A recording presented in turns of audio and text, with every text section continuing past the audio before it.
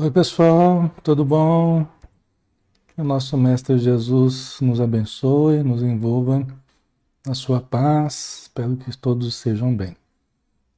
Vamos começar, né? Já estamos na nossa hora, no dia 20 horas, né? Dia 3 de janeiro de 2023. Bom estarmos juntos novamente, né? Vamos então fechar os nossos olhos e vamos iniciar nossa oração, rogando ao nosso querido Mestre que abençoe os nossos lares, que abençoe os nossos familiares, os nomes que estão na área de texto, que se constituem em motivos de preocupação para cada um de nós. Abençoa, Senhor, as nossas atividades diárias e todos que convivem conosco. Envolva os espíritos necessitados que estão em torno de nós neste momento, requisitando maior carinho, a maior atenção de cada um de nós, as melhores energias e os melhores sentimentos.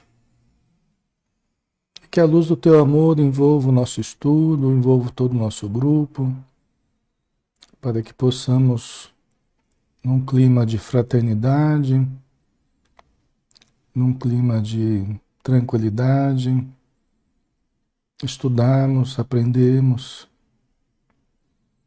e fixarmos em nós as luzes que vertem do alto. Obrigado por tudo. Permaneça conosco, Senhor, hoje e sempre. Que assim seja.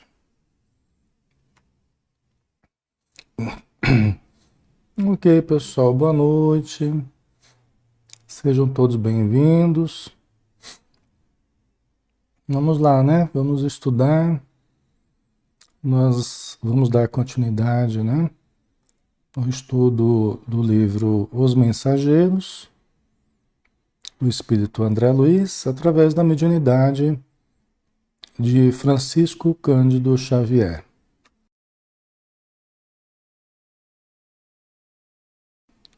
Então vamos dar sequência, né? Nós estamos no capítulo 8º, O Desastre de Acelino. Tá? Lembrando que o André Luiz ele está fazendo um curso, né, de mensageiro no plano espiritual, para poder auxiliar tanto os irmãos que estão nas regiões inferiores no plano espiritual, quanto nós aqui na Terra, né? E também é um curso que serve de preparação para aqueles que vão vir para o planeta para trabalharem como médiuns, como doutrinadores, né? Então a gente está vendo, após uma palestra do instrutor Telésforo, né? A gente está vendo o André Luiz e o Hilário. O Hilário não, é o. É o Hilário, né? Acho que é o Hilário. O companheiro do André Luiz, né? Acho que é o Hilário. Bom, aqui vai aparecer na história. Que também é médico, né? Eles estão conversando com algumas pessoas que são mais antigas ali, mais experientes. Alguns até já tinham estado ali antes de reencarnar, voltado para ali, né? É o Vicente, né? O Vicente. O Hilário é um outro companheiro de um outro livro, né? Aqui o companheiro dele é o Vicente, tá? Então vamos lá? Então a gente viu a queda do Otávio. Vocês lembram da história do Otávio, né? Ele veio preparado para a Terra para ser um médium trabalhando no campo da consolação, não iria casar, tal, né? Iria receber 6 crianças, que eram 6 espíritos de luz, que o auxiliariam na tarefa dele, né? Mas aí ele acabou não sendo um bom trabalhador na casa espírita, né? Ele não confiava, na presença dos espíritos, né? Não confiava nem em si mesmo, não se entregou ao trabalho de uma forma correta, né? Acabou engravidando uma moça e não estava na programação dele ser pai, nem se casar, né? E aí ele acabou se desviando, né? Quando foi para ele aceitar essas crianças, ele não aceitou. Elas viriam como órfãos, né? Então ele acabou fazendo tudo o que ele quis, mas não fez nada daquilo que estava programado, né? Então ele acabou morrendo muito cedo, com o corpo cheio de doenças, né? E não desenvolveu o trabalho espiritual que ele podia ter desenvolvido, tá? Então essa foi a queda do Otávio, né? Então eles estavam ainda com o Otávio ali, conversando e tal, né? Ia dirigir-me a Otávio novamente quando alguém se aproximou e falou ao ex-médium com voz forte. Não chore, meu caro, você não está desamparado. Além disso, pode contar com o devotamento materno, né? Quer dizer, chegou uma outra pessoa e estava ali consolando ele, né? Falando que a mãe dele estava ali para ajudá-lo, isso é uma coisa muito boa, tal, né? Vivo em piores condições, mas não me faltam esperanças. Sem dúvida, estamos em bancarrota espiritual, estamos falidos espiritualmente, né? O outro chegou falando, né? Nós estamos falidos, né? Porque saíram prometendo uma porção de coisas que não cumpriram, né? No entanto, é razoável aguardarmos confiantes um novo empréstimo de oportunidades do tesouro divino. Deus não está pobre. Né? Se ontem eu falava, né? Se ontem eu falava que a gente não pode fazer empréstimos, tomar empréstimos do mal, né? Aqui ele fala bem, né? Deus não está pobre, né? Nós podemos tomar um novo empréstimo, né? Por quê? Porque na verdade a gente vem com recursos que nem pertencem a nós. Porque a gente estava falido do passado, né? Mas aí algumas pessoas nos ajudam, nos emprestam recursos, assinam lá no nosso nome, né? Avalizam lá pra gente e tal. E para que a gente possa reencarnar, para daí trabalhando a gente conquistar os méritos que a gente precisa. Então é isso que o Espírito estava falando, né? Que nós, muitas vezes, estamos falidos, mas Deus não está pobre, né? E haverão outras possibilidades de, de, de reencarnação, né? De nós termos um novo empreendimento no bem, né? Certo, pessoal? Ok? Voltei-me surpreendido e não reconheci o recém-chegado. Dona Isaura fez o obséquio das apresentações. Estávamos diante de Acelino, que participa da mesma experiência. Né? Quer dizer, ele faz parte do mesmo contexto ali de dificuldades espirituais, né? De falência, vamos dizer assim, no campo da mediunidade, da doutrinação, né? É o Acelino, que é a história que nós vamos ver hoje, né? Notando-o triste, Otávio sorriu e advertiu: não sou criminoso para o mundo, mas sou um falido para Deus e para nosso lar. Então aqui a gente vê assim o desgosto, a amargura, né? Inevitável daqueles que se preparam, que recebem todas as oportunidades, recebem todas as chances, todos os recursos e malbaratam as oportunidades. Nós estamos vendo pessoas que estão lá em nosso lar, que estão fazendo cursos preparatórios, que estão lá numa situação boa, relativamente boa, mas intimamente se sentem falidos. Né? Fora colocada sobre eles toda uma expectativa boa que não se cumpriu. Vocês percebem, pessoal?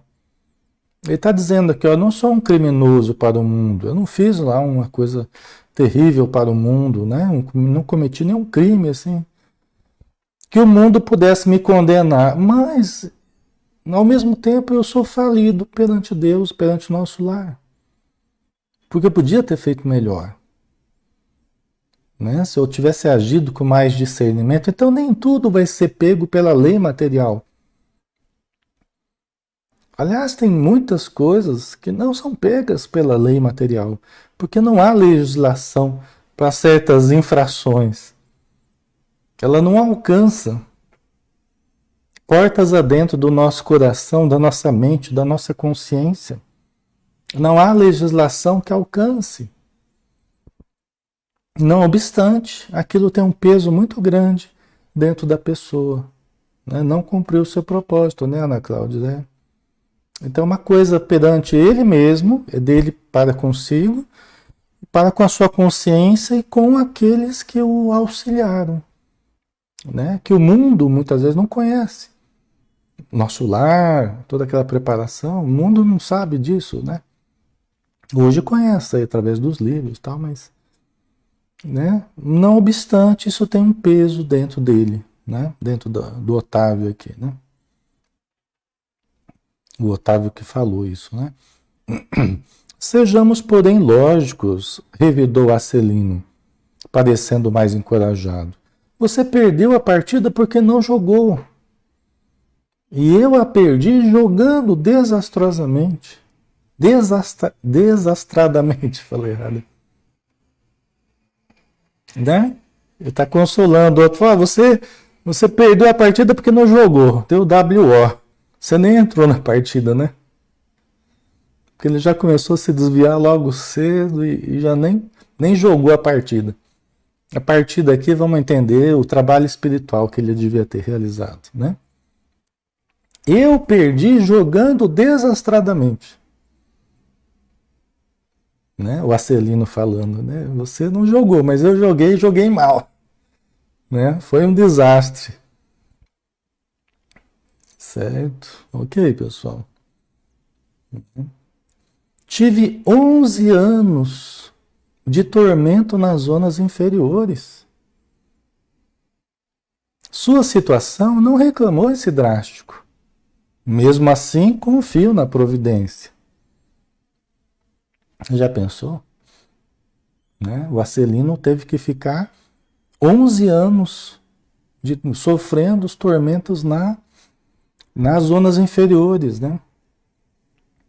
Isso como consequência do desastre dele, como consequência do desvio dele, né? Aí ele fala, ó, sua situação não precisou desse drástico, desse remédio drástico, né? A tua complicação não foi tão funda quanto a minha, né? Mesmo assim eu confio na providência. E ali está, ambos estão ali, né, numa situação confortadora, de certo modo, e se preparando para novas experiências, né? Justamente porque a misericórdia divina é muito grande, né? Certo? Nesse instante interveio Vicente, acrescentando: cada um de nós tem a experiência que lhe é própria. Nem todos ganham nas provas terrestres, né? E voltando-se de modo especial para mim, para o André Luiz, aduziu: quantos de nós, os médicos, perdemos lamentavelmente na luta? Eles que foram médicos, né? E que sabem dos problemas que também viveram. O André Luiz, por exemplo, né? Que chegou como um suicida inconsciente, né? Então, ambos têm também razões para falar, né? O seu caso pessoal também demonstra, né, certas necessidades do espírito, né? Depois de concordar, trazendo à baila o meu próprio caso, quer dizer, o André Luiz falou do caso dele, né, que acabou também desencarnando mais cedo do que precisava, né? Objetei. Seria, porém, muitíssimo interessante conhecer a experiência de Acelino, que afinal de contas eles não sabiam a história do Acelino, né? Teria sofrido o mesmo acidente de Otávio? Creio de grande aproveitamento penetrar essas lições. No mundo não compreendia bem o que fossem tarefas espirituais, mas aqui a nossa visão se modifica. Há que cogitar do nosso futuro eterno. Né, o André Luiz falando, né, da importância de ouvir o Acelino para aprender também a experiência dele, né, aprender com a experiência dele. Né. Acelino sorriu e obtemperou. Minha história é muito diferente. A queda que experimentei apresenta características diversas e, ao meu ver, muito mais graves. Muito mais graves do que a do Otávio, né? E atendendo-nos à expectativa, prosseguiu narrando. Também parti de nosso lar no século findo, após receber valioso patrimônio instrutivo dos nossos assessores. Segui enriquecido de bênçãos. Né? Também passou por essa preparação e foi para a Terra, né?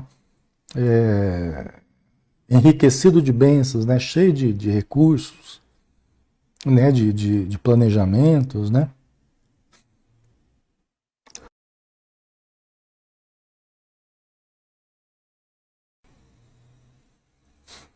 Ok.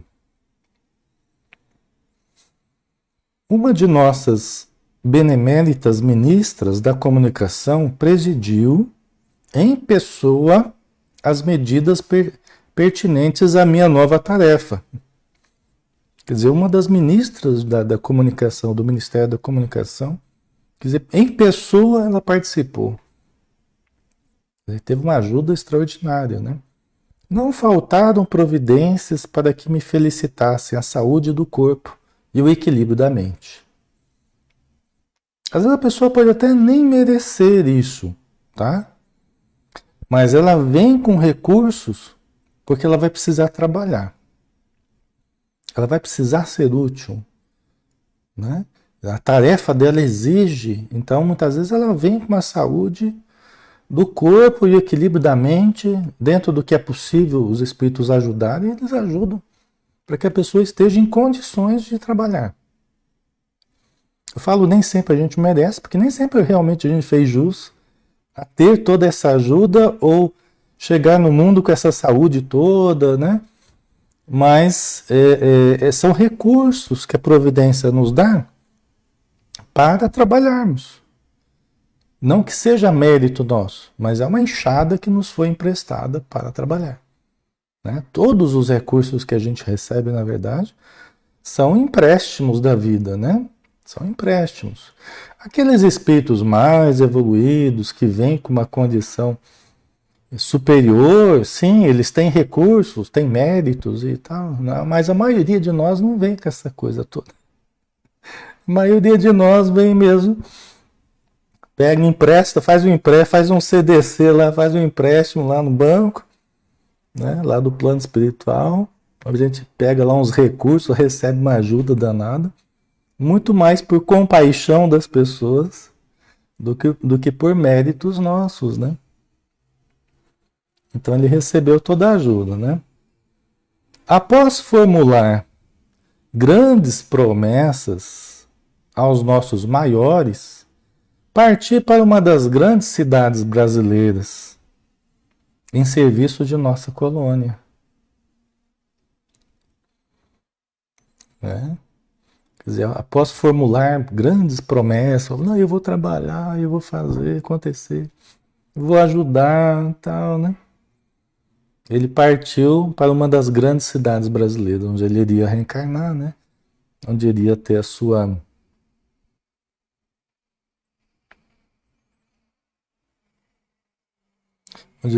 sua tarefa, né? Certo. Vamos lá. O casamento estava em meu roteiro de realizações. Ruth, minha devotada companheira, incumbir-se-ia de colaborar comigo para melhor desempenho das tarefas. Quer dizer, no caso dele já O casamento fazia parte da programação e a companheira ia ajudar, né, para o melhor desempenho das tarefas dele, né, como acontece também com certa frequência, né,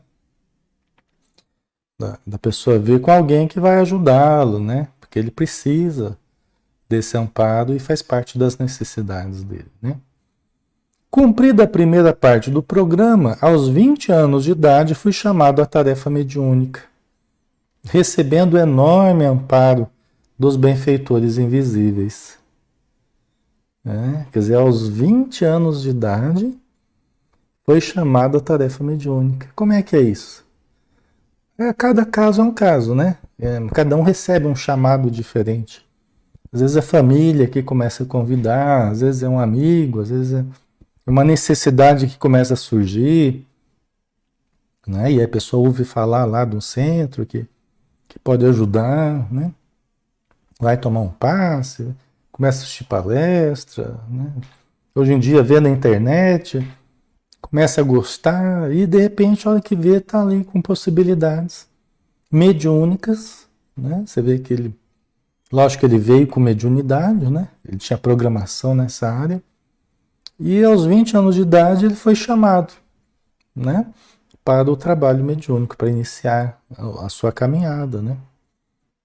Recordo ainda a sincera satisfação dos companheiros do grupo.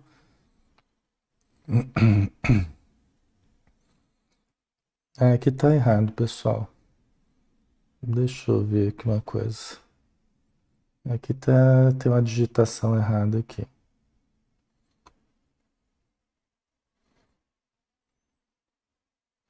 Só um pouquinho que eu já desfaço o equívoco aqui.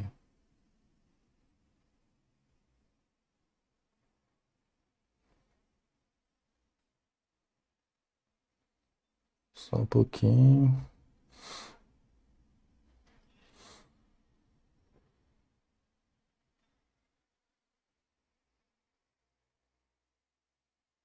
Estamos no capítulo 8, né?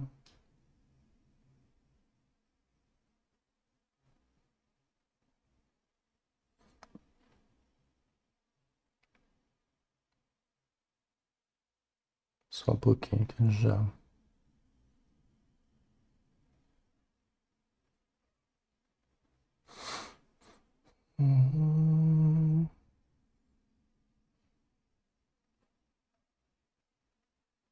Ah, tá. Não é grupo doutrinador, é grupo doutrinário. Eu nem podia ter pensado nisso mais cedo. Era mais óbvio, né? Recordo ainda a sincera satisfação dos companheiros do grupo doutrinário, tá? Do grupo espírita lá, né? Não é grupo doutrinador. Não tem nada a ver, né? Certo? Então, a satisfação dos companheiros do grupo doutrinário, do grupo da Casa Espírita que ele foi participar, né? A vidência, a audição, quer dizer, a capacidade de enxergar os espíritos, de ouvir, a psicografia que o Senhor me concedera, né? Porque são bênçãos, são recursos que ele recebeu para trabalhar de Jesus, dos espíritos amigos, em nome de Jesus, né? Então a psicografia, né? Por misericórdia, seriam decisivos fatores de êxito em nossas atividades, né? Estão vendo? O grupo estava muito feliz. Por quê? Porque quando um médium demonstra certas características cristalinas de ver os espíritos, de ouvir, de psicografar, é sempre algo interessante para os grupos, porque dá esperança de realizações, de informações, né, de mensagens, de contato com os espíritos amigos. É sempre uma porta, né? É sempre uma porta para o além, é sempre um canal. Mediunidade é um canal para o plano espiritual, de onde vertem recursos, de onde vertem alertas, de onde vertem instruções. Então, o grupo tende a ficar feliz né? Quando alguém surge assim com possibilidades interessantes de mediunidade, tá? Então é nesse sentido que ele está falando, né? O grupo estava muito feliz, né? Sinceramente satisfeito, né? Com a presença dele, né? A alegria de todos era inexcedível. Entretanto, apesar das lições maravilhosas de amor evangélico, inclinei-me a transformar minhas faculdades em fonte de renda material. Olha aí, começou o desvio. Quer dizer, ele tinha possibilidades, ele tinha, né, a satisfação de estar num grupo ali que ele podia ser muito útil, com faculdades muito interessantes, o grupo estava feliz, estava tudo indo bem, mas aí ele começou a se inclinar, apesar das lições do Evangelho, dai de graça o que de graça recebestes, né? Apesar das lições do Evangelho, ele se inclinou, quer dizer, a tendência dele foi querer transformar as faculdades dele em fonte de renda material, que é um dos mais perigosos, dos mais perigosos desvios do médium, né? É passar a usar as faculdades que possui, né? E usar os dons espirituais que tem, né? As faculdades espirituais, para viver da mediunidade. O médium não deve viver da mediunidade. Ele deve ter o seu trabalho, ele deve ter a sua profissão, os seus percalços, as suas necessidades, as suas realizações, as suas conquistas, mas ele também, nos momentos possíveis, nos momentos de descanso, ele poder trabalhar o algo mais, que é o trabalho fraternal, trabalho de caridade, trabalho de auxílio, de socorro, mediúnico, entendeu? Então, essa é a proposta dos espíritos. Essa é a tarefa nossa, de todos nós, né? É trabalharmos a nossa profissão, escolhermos lá a profissão que mais nos agrade, conforme as nossas vocações, as nossas possibilidades, né?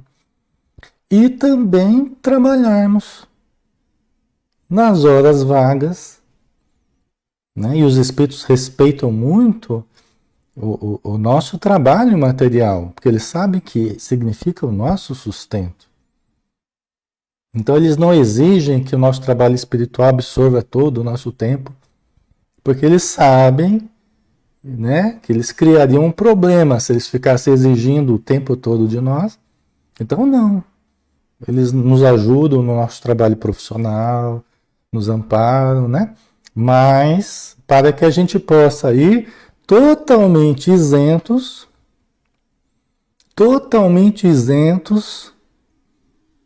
para exercer a mediunidade totalmente afastada da noção do ganho. Entendeu? Para que esteja totalmente separado o exercício nosso, da nossa mediunidade, né? Separado da questão do nosso ganho. Tá? Certo? Vocês falaram, é o caso do Chico, né? Claro, é o caso do Chico. O Chico foi o maior exemplo, né? Desse sacrifício, né? Uma vida difícil, né, do Chico, né? Ele trabalhava na fazenda modelo lá, era datilógrafo, tal, o dia inteiro trabalhando. Aí ficava de noite, o patrão dele ajudava ele, né, dava apoio a ele, mas ele cumpria com o trabalho dele. Aí depois do trabalho dele, aí ele ficava indo na fazenda lá, datilografando, às vezes até altas horas lá, né? E aí ele voltava para casa, e depois cedinho estava de novo lá na fazenda. Era uma vida de sacrifício, né? Mas que deixou ele totalmente isento, né? qualquer questionamento nesse campo, né? Deixou ele totalmente isento. Então, nunca recebeu nada pelas obras psicografadas, né? Não recebia, não vivia de presentes das pessoas. Tudo que ele ganhava, ele passava para os outros. O cara chegava com um relógio bonito na reunião lá, tô aqui, Chico, não sei o quê.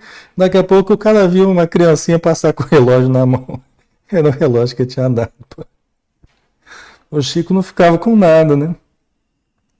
Então ele foi um exemplo maravilhoso, né?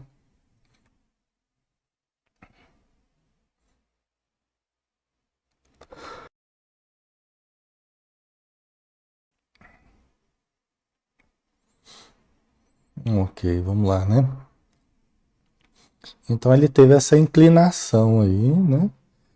Que é uma das coisas mais complicadas que tem, sabe? Dos perigos maiores para o médium. Não me dispus a esperar pelos abundantes recursos que o Senhor me enviaria mais tarde, após meus testes no trabalho, e provoquei eu mesmo a solução dos problemas lucrativos. Porque, como a gente já viu em outros casos, pessoal, é comum, é uma prática até bastante frequente, na programação da pessoa que vem com tarefa tal, o início ser um início muito difícil.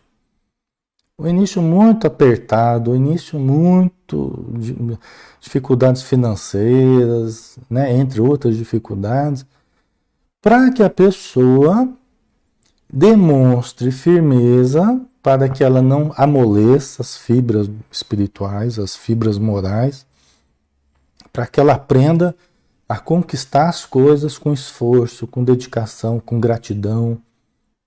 Então, invariavelmente, os trabalhadores eles vêm dessa forma, passando inúmeras dificuldades no começo da sua tarefa, na juventude, na sua mediunidade, né, no seu casamento, muita dificuldade, para que possa consolidar melhor as qualidades de trabalhador, de pessoa empenhada, de pessoa determinada no bem, né? E não achar que vai viver de facilidades. Porque isso poderia criar uma distorção na vida da pessoa, né? Ela começar com muita facilidade, isso poderia criar uma distorção criando um vício, né? Achando que ela poderia viver de facilidades. E não. Então ele também veio com muitas dificuldades no começo, né? Só que, como ele diz aqui, ó, ele não quis esperar pelos abundantes recursos, quer dizer, que viriam abundantes recursos, né? Ele não quis esperar pelos abundantes recursos que o Senhor lhe enviaria mais tarde, após meus testes no trabalho. Por que testes? A gente já viu também que os espíritos não colocam muitos recursos nas mãos de quem ainda não demonstrou segurança. Por quê? Porque a gente coloca muito recurso na mão de quem ainda não nem deu mostras de fidelidade ao bem. Né? Vocês entendem? Então, por isso que ele fala em testes aqui, ó. O Senhor me enviaria mais tarde após meus testes no trabalho. Né? Quer dizer, primeiro teria que ser testado. Até para que os espíritos confiem que a pessoa vai dar conta, que a pessoa vai ficar fiel ao trabalho, vai ficar fiel ao compromisso. Então aí, à medida que a pessoa vai demonstrando fidelidade no pouco, aí eles vão dando o muito. Conforme a necessidade, conforme, né? E geralmente para que os recursos auxiliem mais a tarefa. Não é abundância para que ele possa curtir a vida. Maiores recursos para que ele tenha uma vida um pouco mais tranquila, mas possa trabalhar mais e possa atingir resultados melhores. Entendeu? Ok, pessoal? Tá? Então, isso aí é um equívoco, né? É uma precipitação que muitos de nós podemos cair. Então, ao invés de termos paciência, no nosso imediatismo, a gente não quer esperar, né? Então, a gente quer nós mesmos resolvermos o problema.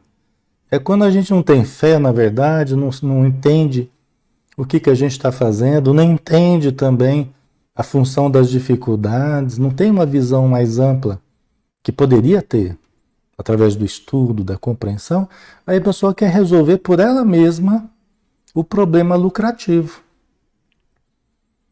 Só quer saber? A vida está muito difícil, não sei o que, eu vou dar um jeito. Às vezes se desespera, acaba metendo os pés pelas mãos, entrando em caminhos que parecem soluções, atalhos, mas que são profundamente perigosos, são movediços, vamos dizer assim, né?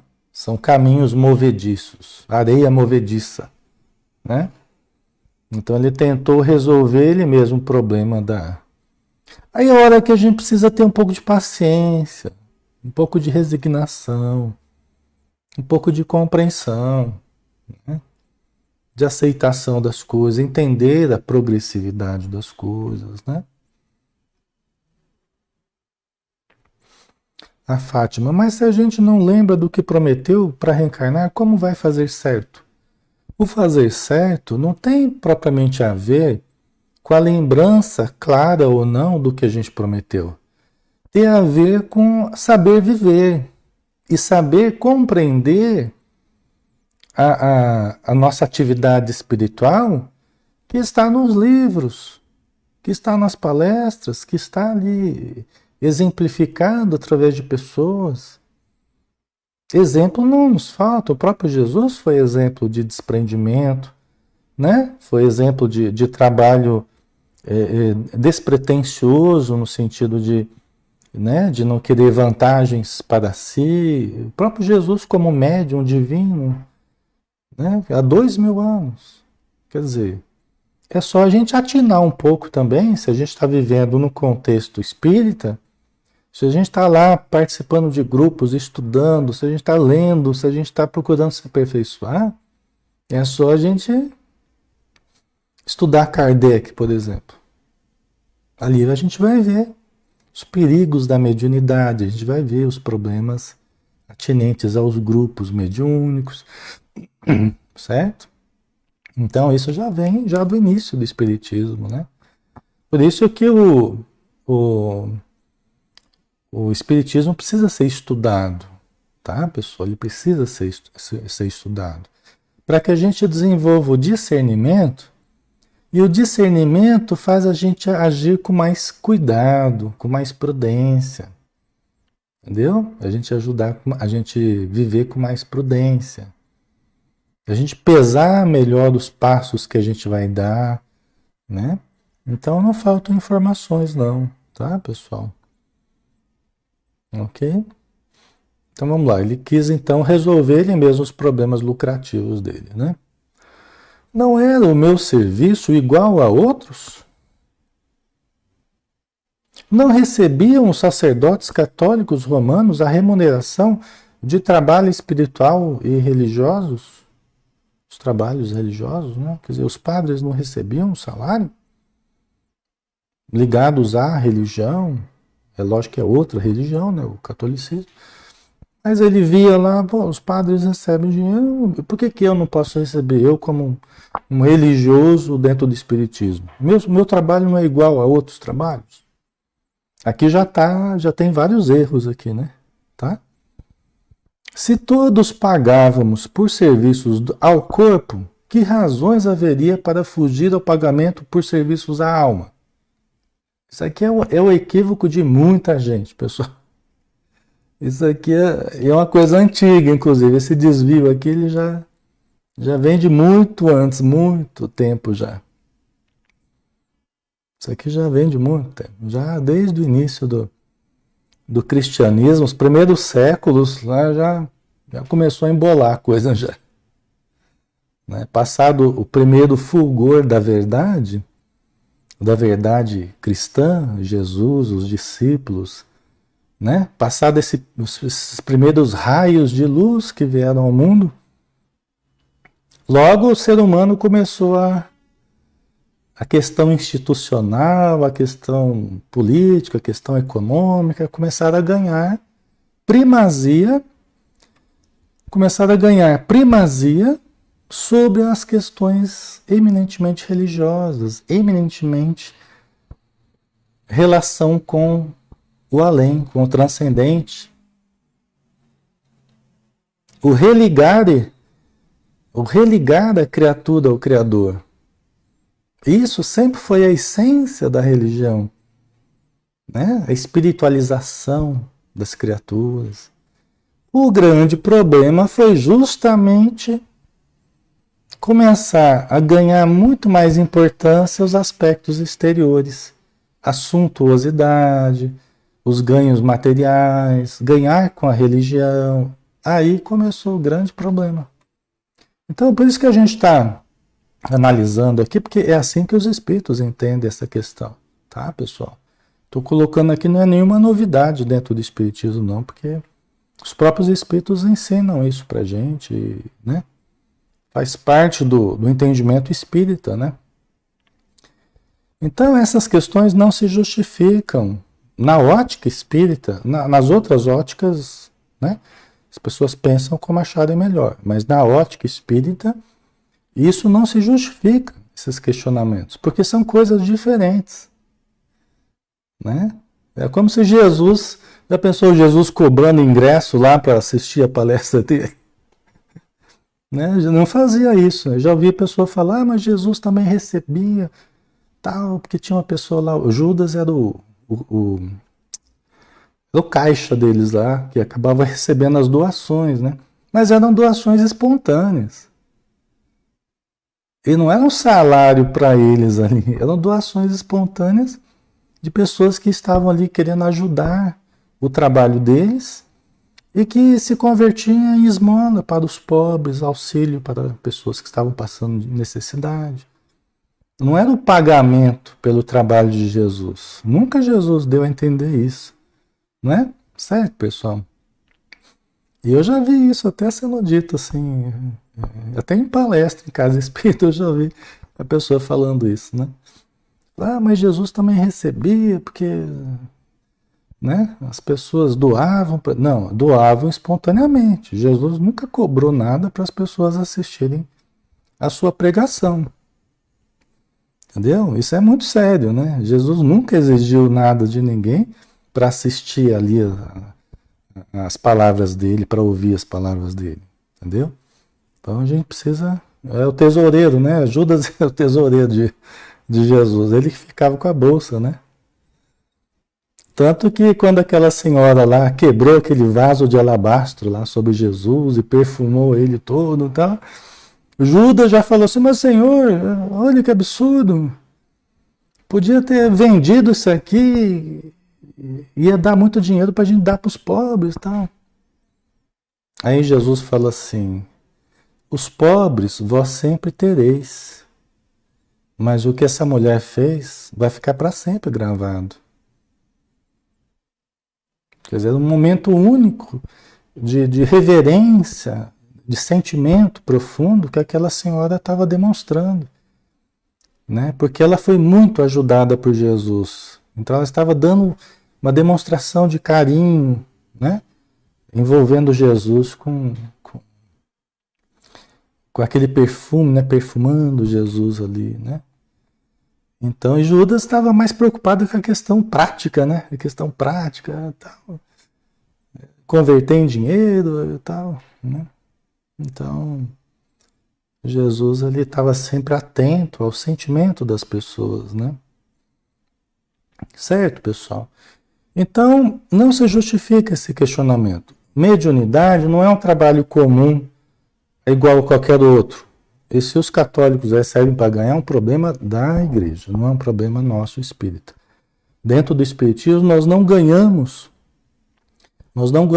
para fazer uma reunião mediúnica na casa espírita, para aplicar um passe, né? Para fazer uma palestra, né? Nós não recebemos para fazer um atendimento fraterno na casa espírita, tá, pessoal? Para visitar alguém doente, nós não vamos cobrar da pessoa pela visita, tá? São práticas espirituais ligadas ao espiritismo, à casa espírita, né?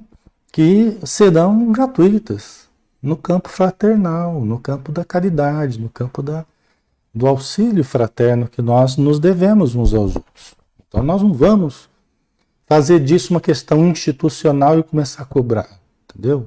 Se outras religiões fazem isso, é uma questão delas, que nós não temos nada a ver com isso, entendeu? Nós estamos falando aqui do espiritismo e da visão espírita a respeito da prática religiosa, certo?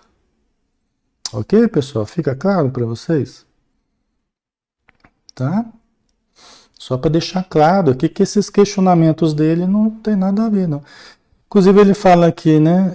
Se todos pagávamos por serviços ao corpo, que razões haveria para fugir do pagamento dos serviços da alma? É que é diferente, né, pessoal? É que está colocando tudo no mesmo balaio, está misturando tudo aqui, né?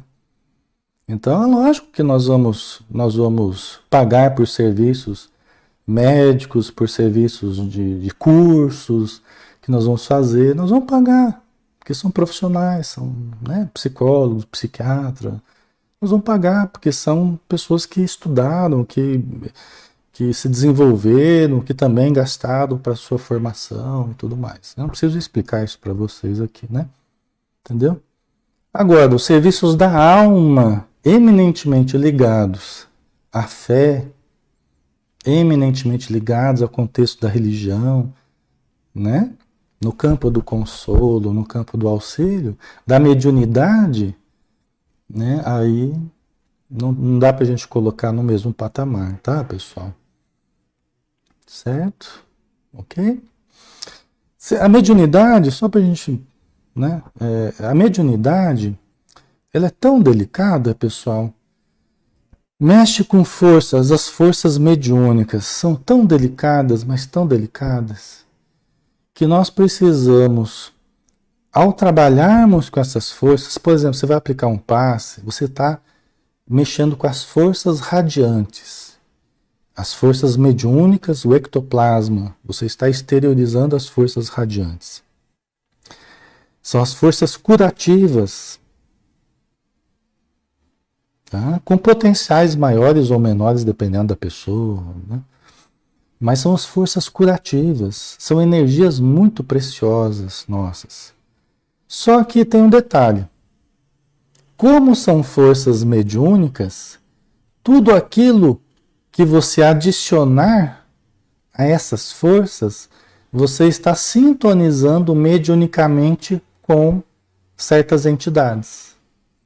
Então, vamos pensar assim, se você adiciona essas forças, amor, pureza de intenção, caridade, doação, renúncia, tá? Você está sintonizando com os espíritos que vibram nessa frequência da caridade, da fraternidade, do socorro, do amor e tal, tal, tal. Se você exterioriza essas forças vitais, essas forças mediúnicas, essas forças ectoplásmicas, associando a ambição, a ganho material, a cobiça, você vai estabelecer sintonia com os espíritos ambiciosos. Entendeu? Tudo que a gente adicionar a essas forças, nós estaremos ao mesmo tempo sintonizando com as entidades compatíveis com o tipo de intenção que a gente está guardando. Por isso que essa pureza não é só de palavras, não é só o conceito, é uma pureza de fato. A pureza de intenção, ela vai implicar na pureza da energia, na pureza da sintonia, na pureza da frequência que a gente estabelece com os espíritos. O tipo de espírito que vai estar nos ajudando. Certo? Ok? Para ficar mais lógico para vocês assim. Tá? Faz sentido para vocês, pessoal? Vou tomar uma aguinha aqui.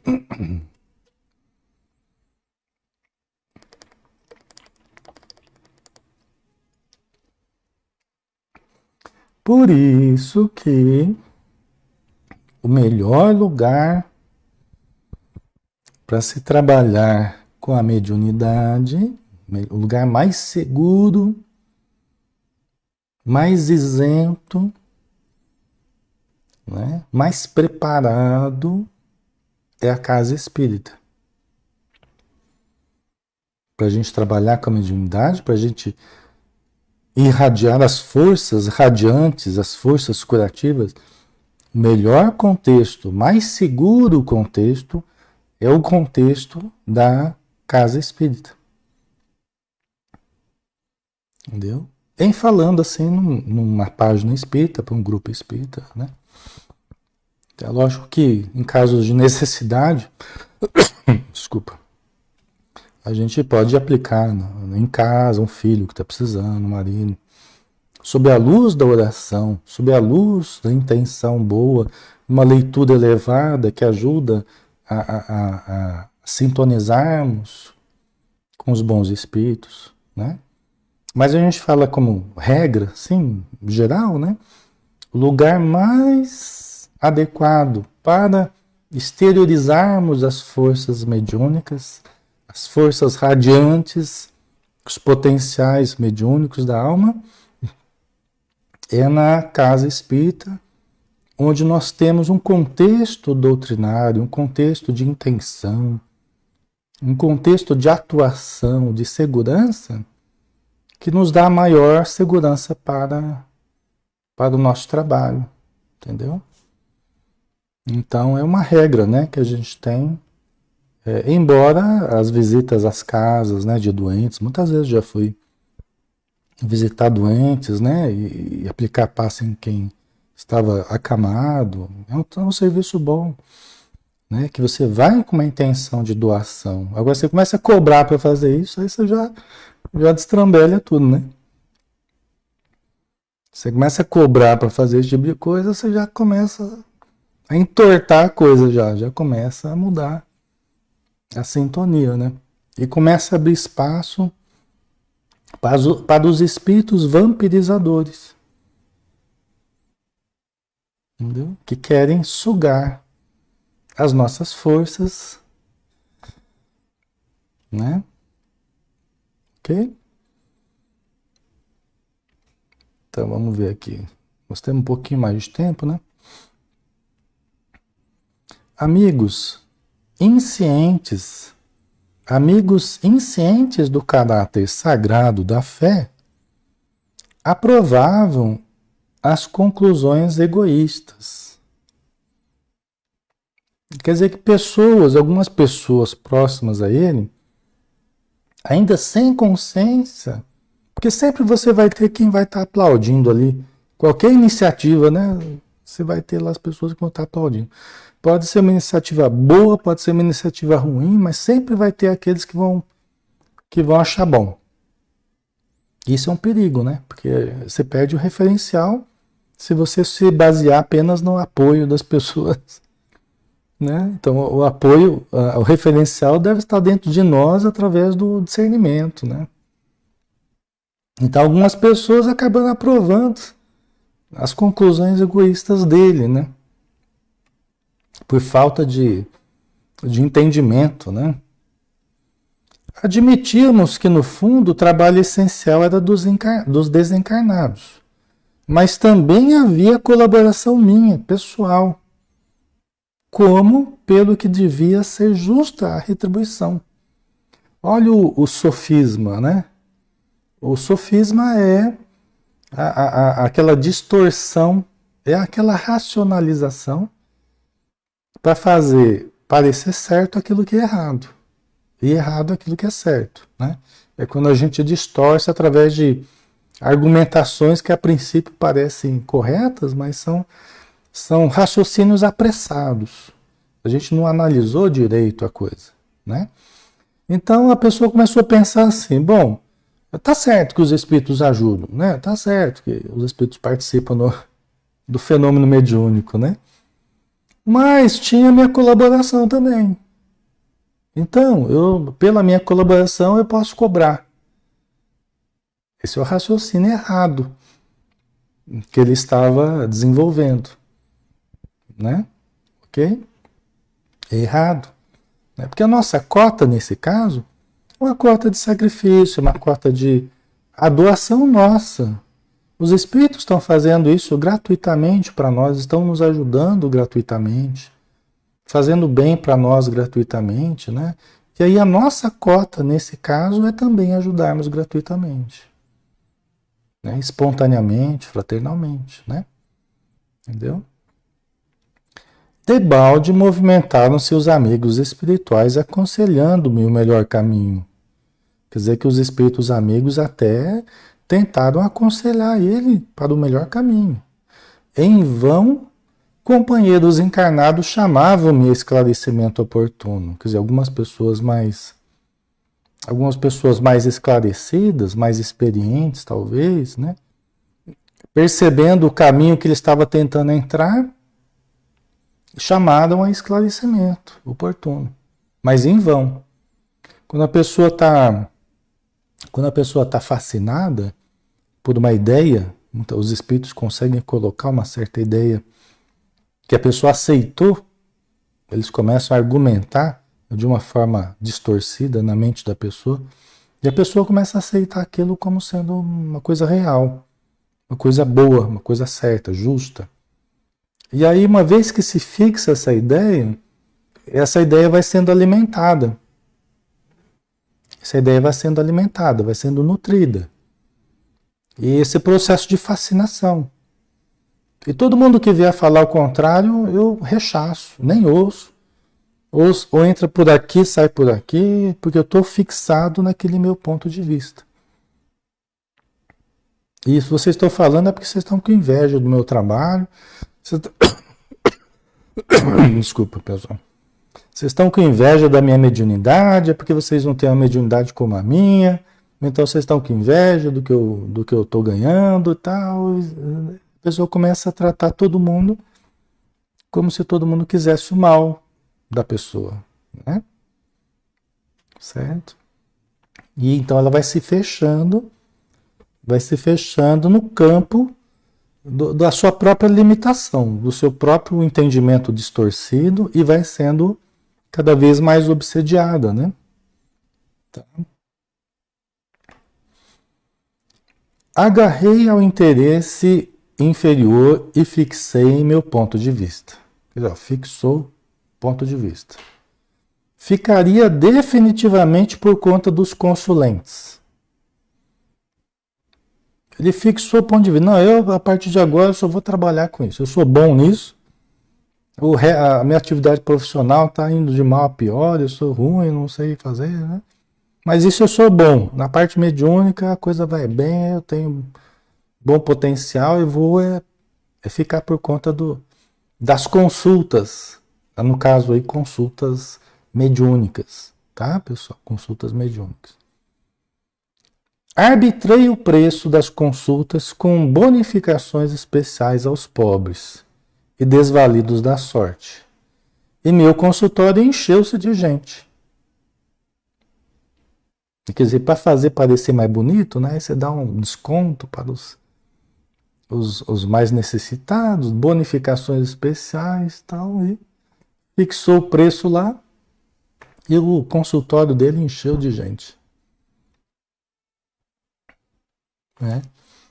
E aí é um caminho que é complicado, viu? Até eu falei para vocês, né? Aquele filme Além da Vida, né? Com Matt Damon, né? Não sei se vocês assistiram, né? Que ele tinha mediunidade e tinha um parente dele que queria explorar a mediunidade dele. E ele não se sentia bem. Ele até experimentou, tal, mas ele não...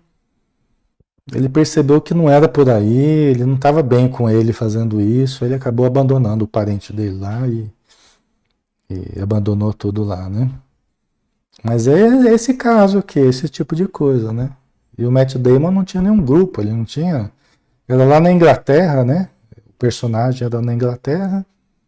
E é mais difícil quando a pessoa não tem um contexto doutrinário, não tem uma casa espírita por perto. Muitas pessoas na Europa, né? Às vezes se vê nessa condição, não tem recursos por perto, é tudo mais difícil, né? E às vezes a pessoa tem mediunidade e não sabe o que fazer, né? Então E aí no caso aqui Ele tinha tudo isso e acabou desprezando, né? Para fazer um caminho solo, né? Fazer uma carreira solo, sozinho, né? E, e colocou o preço lá e começou e encheu de gente. Pessoal, vamos dar uma paradinha aqui, porque estamos na hora, né? E a história ainda vai mais longe aí. Mas aqui a gente já conseguiu pontuar algumas questões com você, do ponto de vista moral, do ponto de vista ético, né? A gente já pontuou algumas coisas do ponto de vista de Jesus, do Espiritismo, né? Que vai nos dar elementos para a próxima semana a gente desenvolver um pouco melhor isso e entender o caso lá, o que, que aconteceu. Porque aí nós vamos ver o desfecho da vida do Acelino lá, o que, que aconteceu com ele. Qual foi o resultado de tudo isso, né? Tá? Aí a gente vai ver certinho, tá bom? Então vamos fazer a nossa prece, né? Agradecendo mais uma vez as bênçãos do alto. Obrigado, Senhor Jesus, por essas lições que abrem os nossos olhos, que nos despertam para a consciência legítima, pura, equilibrada, para os nossos deveres espirituais, mesmo diante das necessidades materiais. Que a tua luz envolva todos os nossos irmãos, encarnados e desencarnados, e que nós possamos nos despedir, Senhor, imersos em tuas vibrações amorosas, em tuas bênçãos, na tua paz. Que assim seja. Ok, pessoal. Então finalizamos. A gente está de volta na quinta-feira, né? Às 20 horas. Amanhã a gente não tem. Mas então nos encontramos na quinta, tá? Com o estudo da Joana de Ângeles, tá bom? Então, um grande abraço, um bom descanso para todos, pessoal. Muita paz, muita luz. Fiquem com Deus.